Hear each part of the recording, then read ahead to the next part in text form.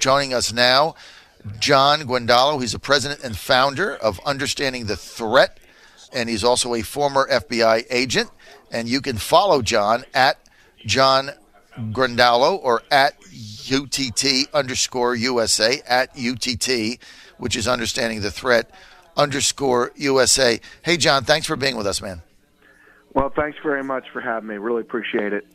So, John, when we talk about understanding the threat, I'm going to get to this Saudi school that Abigail Spanberger taught at, but I just cannot get over this op-ed that was written by some rat weasel that didn't even have the courage to put his name or her name on it. Understanding the threat. What did you think of this, John? Well, I think, first of all, when we look at the threat and listening to a couple of your callers, this is an organized, concerted effort by the Marxist movement, which is a counter-state here in the United States, and the Islamic movement, which is a counter-state here in the United States, and they are seeking to overthrow the government and replace it with something else. And so when we see individuals, elected officials, the media, taking certain actions, for instance, we don't call it fake news. I think that undermines what's really going on. It's propaganda in support of a hostile movement that is literally seeking to overthrow our government. As you very clearly articulated, they are trying to bring the president down against the will of the American people. This is revolutionary stuff. I mean, this is... I think when we talk about these people, whether it's elected officials, whether it's the people financially supporting this effort, or whether it's the media, I think we do ourselves a grave harm when we minimize it and call it, for instance, fake news, or we say that they're crazy, or, you know, what's wrong with them. Things like this are simply one more piece that goes to a much broader effort. And that's how we frame it, because what we see at the ground level, at the national level, and at the international level, the jihadis, the terrorists, are working directly with the Marxist movement.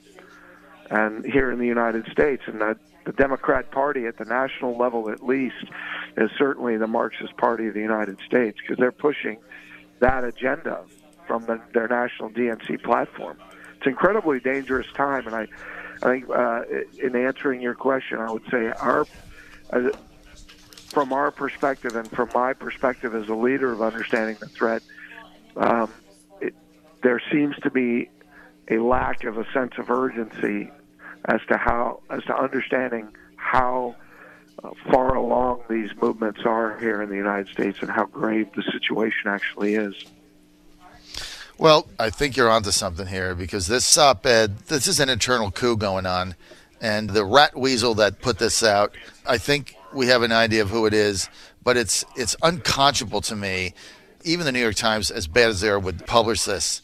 And let me ask you something else. There's a race in Virginia which is going to be very close. Abigail Spanberger, the Democratic challenger to Republican incumbent 7th District Dave Brat. Abigail taught at the Saudi school. She was a substitute teacher there, and I know you're quite familiar with it. It was in Northern Virginia, and this all came out when her records got released. They shouldn't have been, not the way they have, was invasion of her privacy, and I feel terrible about that, because everybody's privacy should be protected.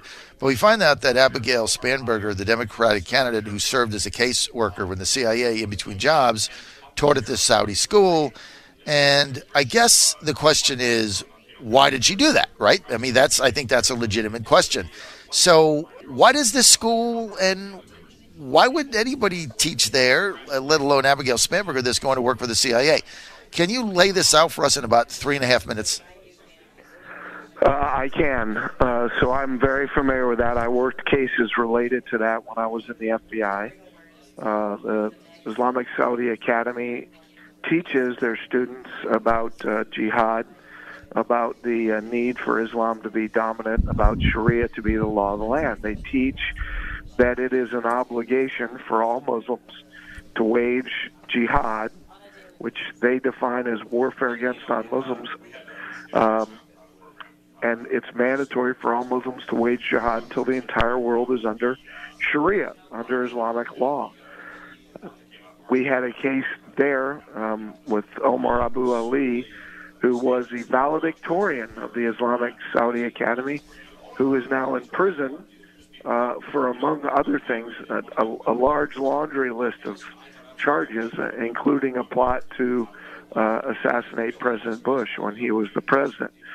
So what they're teaching there is what we see being taught in many places like this in the United States.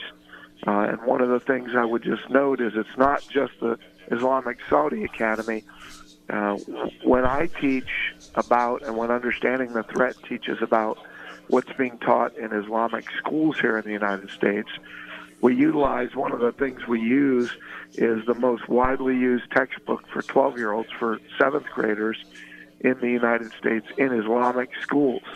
And it says that jihad is one of the 3 duties of all Muslims, and that and this is a quote, that the duty of the Muslim citizen is to be loyal to the Islamic State, among other things, and that the only way you can guarantee getting into paradise is to be a martyr, to die in jihad.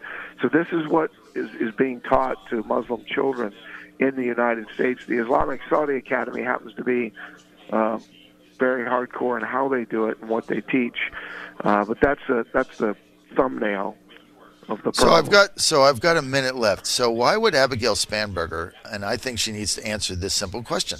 You're going to work for the CIA. You're going in as a case worker. You're in between jobs. You have to wait for your clearances.